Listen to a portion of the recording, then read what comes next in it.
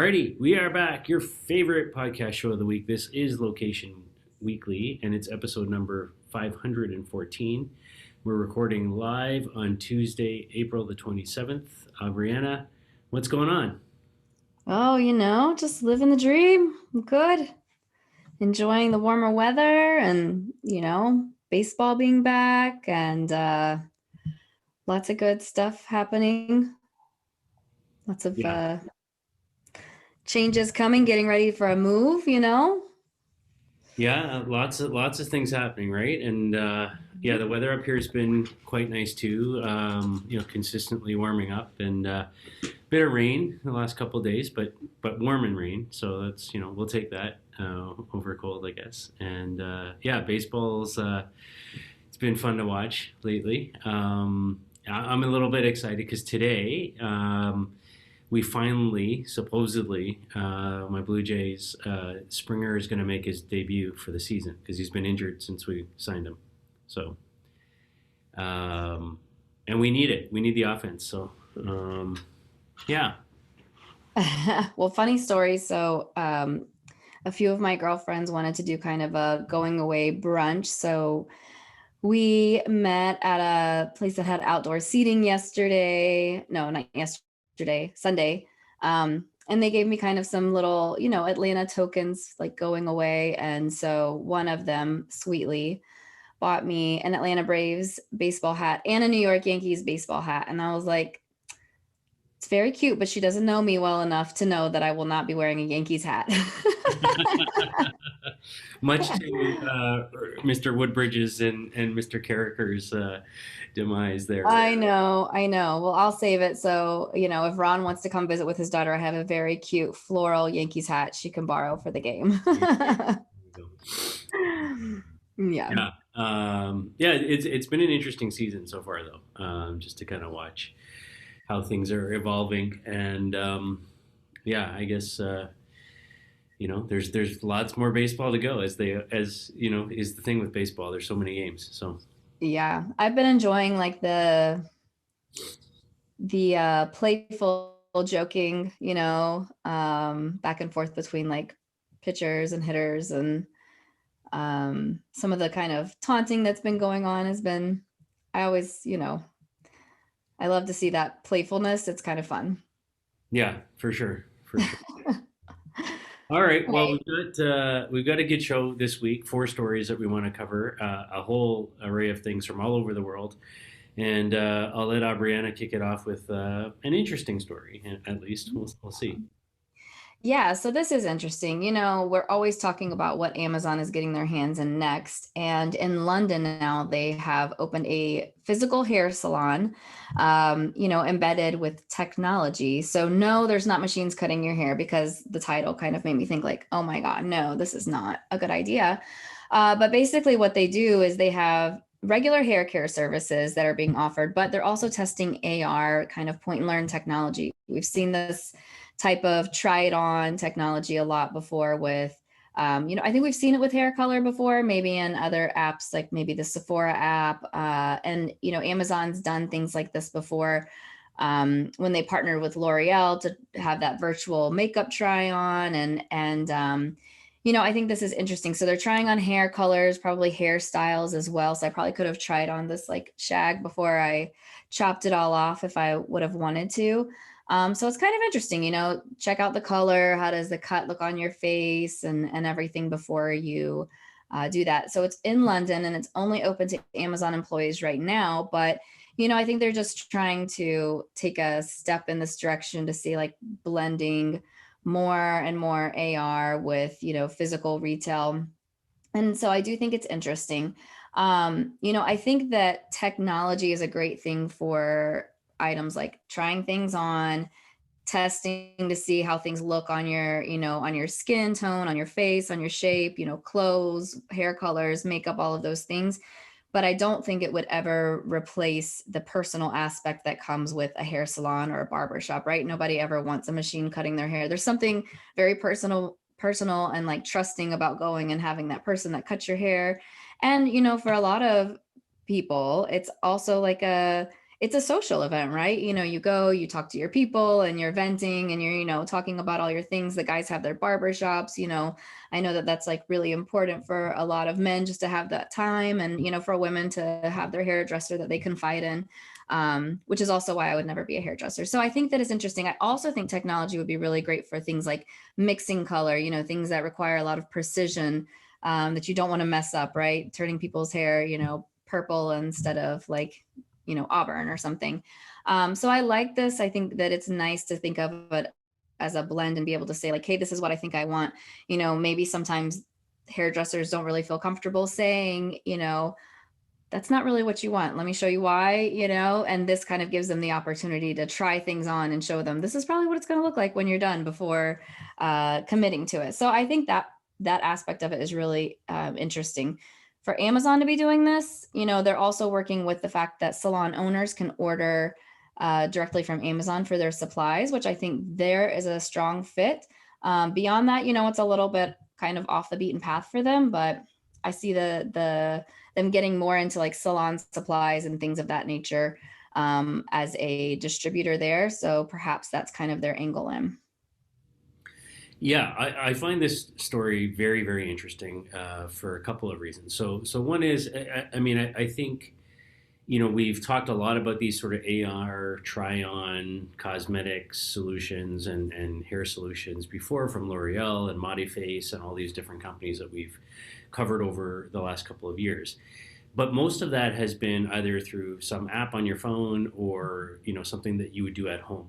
And I think kind of bringing this to a physical sort of retail experience where you walk into a salon and you're sitting in the chair in front of the big mirror and you can sort of see that in that environment with that lighting and in that context when you're in the mood and there for the purpose of, getting your hair colored or, styled or cut or what have you, I think is really interesting, right? Because I think, as you pointed out, this idea of kind of, trying before you buy, if you will, or seeing it, I think is interesting.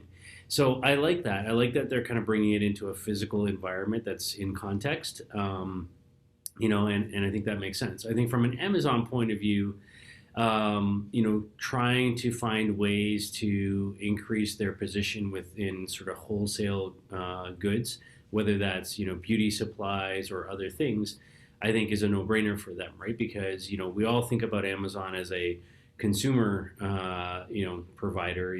We order whatever we need, for our homes or our kids or our, whatever. But as a business service and a supply chain sort of provider of wholesale goods, we don't often think about them in that context. So I think finding ways to kind of showcase, their products, suites to an industry like this, I think makes a ton of sense as well. So I think it's a really good fit for Amazon, quite frankly. And I think it has a lot of potential. This particular sort of first salon in London was only open to Amazon employees to kind of test the experience out. So it wasn't kind of like, just wide open to the public yet. But I think it's interesting. I think I think it has a lot of potential, in fact. So I could see Amazon sort of rolling this out to salon chains or things like that, across, many countries. So I think it's got some interesting pieces there. And, from a tech point of view, it's not, nothing earth shattering here, no new sort of, we're not talking about pay with your palm or walkout, commerce technology or anything like that. We are talking about smart mirrors and these kinds of things. But and I don't know if Amazon, sort of would foot the bill for those kinds of things for some of these salons in order to drive, purchases on a wholesale basis, but maybe. So I think there's definitely something here that could happen in terms of a growth opportunity. So there you go. All right, moving all the way over to Japan now. One of our members over there, a company called Unari, has struck up a pretty interesting partnership with Mitsubishi. So this is an all-Japanese partnership, and Mitsubishi has entered into what they're calling a capital and business partnership, meaning that they've made a significant investment in the company The exact terms of the investment were not disclosed, but it says that Mitsubishi is expected to become the largest shareholder, with the exception of the original startup founders. Um, so we'll have to follow up with Cooney and the team over there to see if we can get more around this particular story, or maybe we can get Unary to come on and talk. We've had them talk on a number of LBMA podcasts over the years. But nonetheless, one of the impetuses for this partnership and this investment is around a project that Mitsubishi is involved in, a smart city urban development project in Jakarta, Indonesia. And so they've got this huge sort of residential and commercial district around a railway station. And they want to basically use the Unary data to understand kind of the flow of people and movements and kind of what's going on from a sort of location data analytics point of view.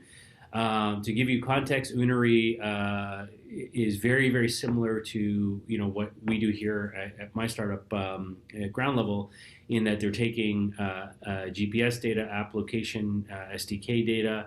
They also, interestingly, blend that data with a lot of beacon data. So they have access to more than 2.5 million beacons across Japan, in train stations and department stores and whatnot. So they're blending multiple different sets of location data together into a single view platform, a lot like what we're doing here at Ground Level Insights. Yeah, so I think this is really interesting. I think this is the kind of data analytics partnerships and sort of moves that we see, in many countries happening right now around understanding, broad audiences and populations and citizen engagement and things like that. And then using that data to inform, business decisions and urban planning and smart city development and things like that. So I think this is a really good fit. This is a great announcement for Unary and obviously investment coming from Mitsubishi. And, obviously Mitsubishi is a huge player in the Japanese market and globally for that matter. So, excited for Unary and the team and over there. And yeah, well, what are your thoughts? Yeah, I think that there's so much that's happening, and there's so much that has been happening in terms of blending this location data, real-time data for either advertising purposes or just, informative purposes of like moving through from a smart cities perspective. However, I also think that there's so much more that we're going to see in the future. And I think we're going to see a lot with the automotive industry in particular, in terms of, what you think about like what the navigation systems used to look like 5-10 years ago in cars, where you had to have a CD in there and it was like loaded on and things weren't up to date, there's no real time, and to where we are today. And then I think about something like what Unary is providing and bringing that into smart cities, but also into more of like the automotive industry as well.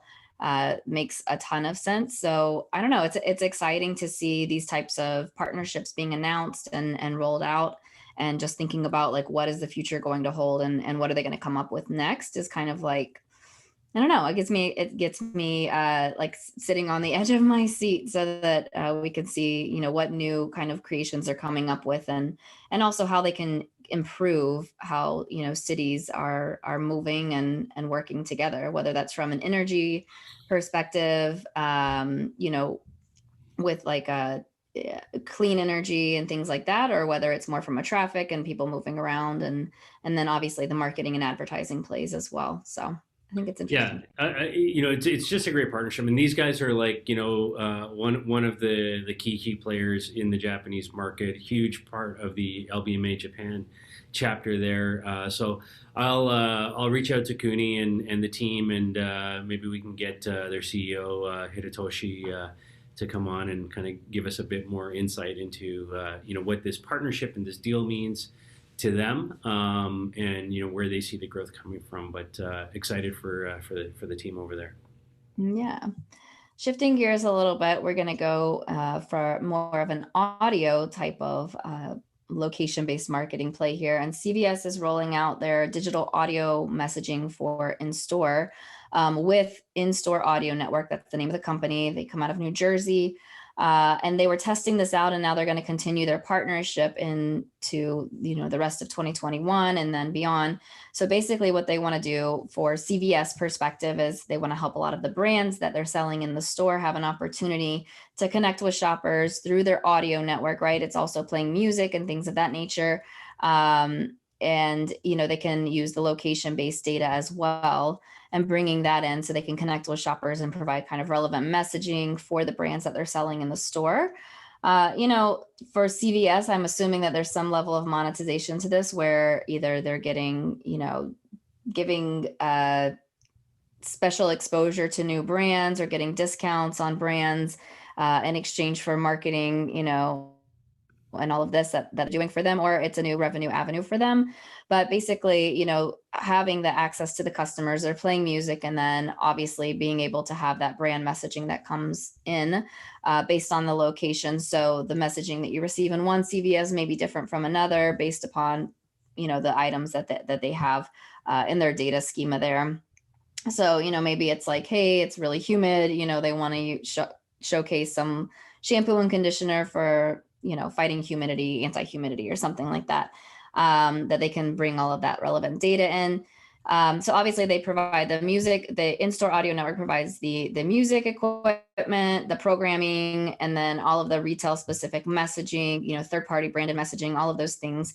And they also work with other companies like Rite Aid, Albertsons, Weis Markets, a lot of other big ones. And this is very similar to what Kroger had rolled out previously that with Vibenomics, which we've heard, good things from in the past as well. So, I think that any way that you can, I think that the audio makes a lot of sense in the store because a lot of the in-store messaging, when you think about like the beacons and all of the push messaging maybe and interacting through an app and all of that, because it's so granular and because it interferes, I think a lot of the ways that with our consumer behavior when someone's shopping, I think that the audio messaging makes a lot of sense and just being able to have that, playing over the loudspeaker. And there's also a lot of science behind how, specific music makes you feel in the moment of shopping, right? Are you feeling stressed or are you feeling excited? When you want to keep shopping, when you think about the holidays and all the playlists that are on and your favorite retailers, a lot of those are scientifically designed to get you to, engage and shop longer and stay longer and interact. And I think that this is probably a lot of the same options there, right? So they've got the musical aspect and then they've got the branded messaging that you're hearing. So I think this is a smart move, obviously, likely bringing more revenue to CVS as well and more opportunities for brands to connect with consumers that are right there in the moment. So this to me it's a simple thing. It's not, anything with lots of technology behind it, likely, maybe besides the location-based aspect, but I think that it does work and it's likely effective as it doesn't require a lot of extra interaction from the consumer's part. What do you think? Yeah, I mean, I think there's always a role in in-store, music or experience, whether that's video or audio or what have you, in influencing the consumer and sort of creating the right atmosphere for them. And whether it's what CVS is doing here with in-store audio, or you mentioned Kroger and Vibenomics, or one of the longest standing members of the LBMA, Mood Media. These guys, all of these companies, have been in that space for a long time of sort of creating those experiences. And I think the location-based aspect of it, I think, creates a lot of opportunities, sort of in the moment, but also I think to create linked opportunities across, store networks or across, even across different types of advertising media. I know, for example, years ago we did a project with Shazam where there was a audio signal embedded into TV commercials. If you had the Shazam app on your phone, it would pick that up because it was sort of, listening in the background from the TV commercial. It would store that, and let's say it was a commercial for CVS. When you happen to walk into the CVS store next time, weeks later, it could remember that, you sort of link the audio to your physical visit, and then tie that into an experience. And so I think there's opportunities to kind of take what's going on in the audio space and do a lot more with it, right? Whether that's something that you engage right then and there in the store, or something that is persistent and carries forward into other experiences across multiple stores of the same brand, or even across, let's say, a loyalty coalition, loyalty network, or something like that. So I think there's a lot of growth yet to come for these sort of in-store audio or in-store experiential, media platforms. But I'm glad to see that brands like CVS are teaming up with companies like In-Store Audio Network to create these linkages, because I think that, as the next story we're going to talk about in a second, at the end of the day, as we're trying to come out of a pandemic and sort of see a bit of an economic recovery and a return of foot traffic and so on and so forth, if we're going to be able to sustain that, one of the key components to that, in my opinion, is really about creating experiences that turn the store into a destination, into a place that you want to go and want to hang out and want to spend time in, because it's cool, it's fun, it's got the right mood, it's got the right atmosphere, it's doing something for you that you can't get simply by jumping on Amazon and buying whatever it is, at the cheapest price. So I think that's really important, and I think brands like CVS and Kroger and others are seeing that happen. So that's kind of my 2 cents on it. So speaking of experience, moving to our last story now. So there's an interesting brand out there that I wasn't familiar with. It's I think they're Korean, a Korean eyewear brand, a fashion eyewear, and it's called Gentle Monster. First of all, I love the name, because it's like, it says nothing to do with eyewear, but it's just fun, right? Gentle Monster. So, anyways, they are making a push into the North American market, and they've opened up their first flagship store in Santa Clara, California, in Silicon Valley, and it's a 4,300 square foot store, and to kind of set their brand and create this sort of really experiential place for people to go and kind of get connected, they really they describe their eyewear as disruptive creativity that pursues weird and beautiful all at once. So that's kind of their sort of how they describe what they do. And so in the store, you walk in and they say it's intended to invoke a theme of memory, inviting shoppers into an advanced world where technology is able to restore forgotten memories. And the concept takes shoppers on this mind-bending journey through the eyes of a kinetic, life-size robot of a strikingly lifelike old woman. So you walk in and there's this robot, like an old woman-looking robot, life-size robot there. And she's in this like dream state, and she's having sort of memories and flashbacks of her childhood. And there's also a pair of life-size moving donkeys in the store that are opposite each other on a podium, and they create the optical illusion of a mirror image.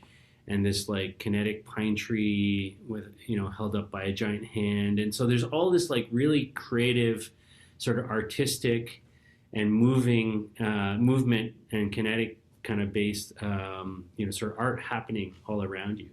And the intention is to kind of get you into this dream state and this sort of like visualization framework. And I don't know if that does anything, because I haven't been there. I got to go to kind of experience and see it to have me think about eyewear. But I guess if there's eyewear all around, and I get a sense of, okay, like, there's this dreamlike state, and these glasses are going to make me feel good about myself and remember my childhood, my youth or whatever.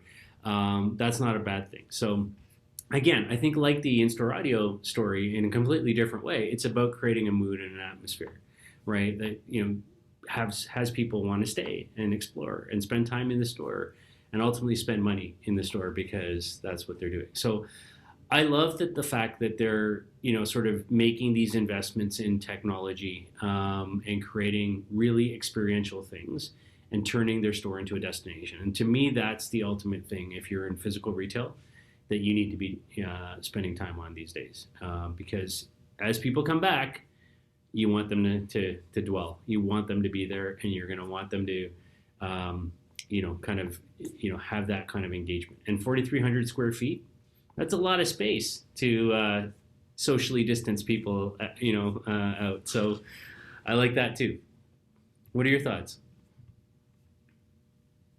You're on mute. When you think about like how the the when you read the story about what this is, it sounds very trippy, right?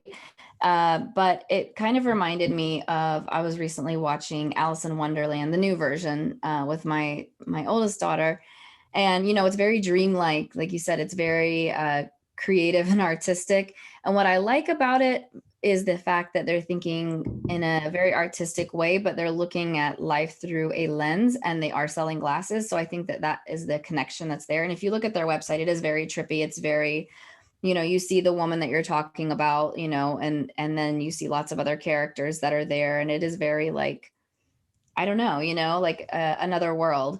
So I think that that's kind of fun when you think about, it is a glasses, you are experiencing it, you're looking through a lens, and you're, able to look through that. Um, and hopefully it makes you want to spend, upwards of $300 on a pair of of glasses. But I think you're right in the fact that we do have to think even harder and plan even more as we start to open back up as a society. Like, what are the experiences that we're providing, and what's going to drive people back into the stores? Because we've gotten so used to everything being so digital and delivered to the door. What's going to get me out there? So this sounds like something that would likely drive people to the store, when you think about, I don't know, robots and donkeys and looking through life through an old woman's eyes. It's sounds exciting enough to go check out yourself, right?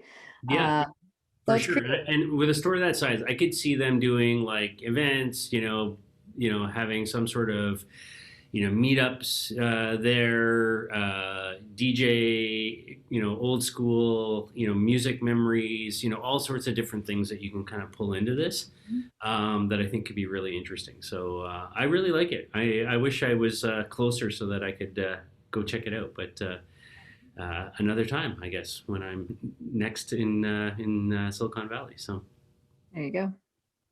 that's it. That's our show for this week. It's been a good, interesting four stories this week, and you've been listening to episode number 514 of Location Weekly. We thank you, as always, for your time. Please reach out if you have story ideas, feedback, criticism. Give us some love on whichever podcast platform you're consuming this on. And we'll be back next week with yet another show. Have a great week, everybody, and we'll talk to you soon. Bye. Bye.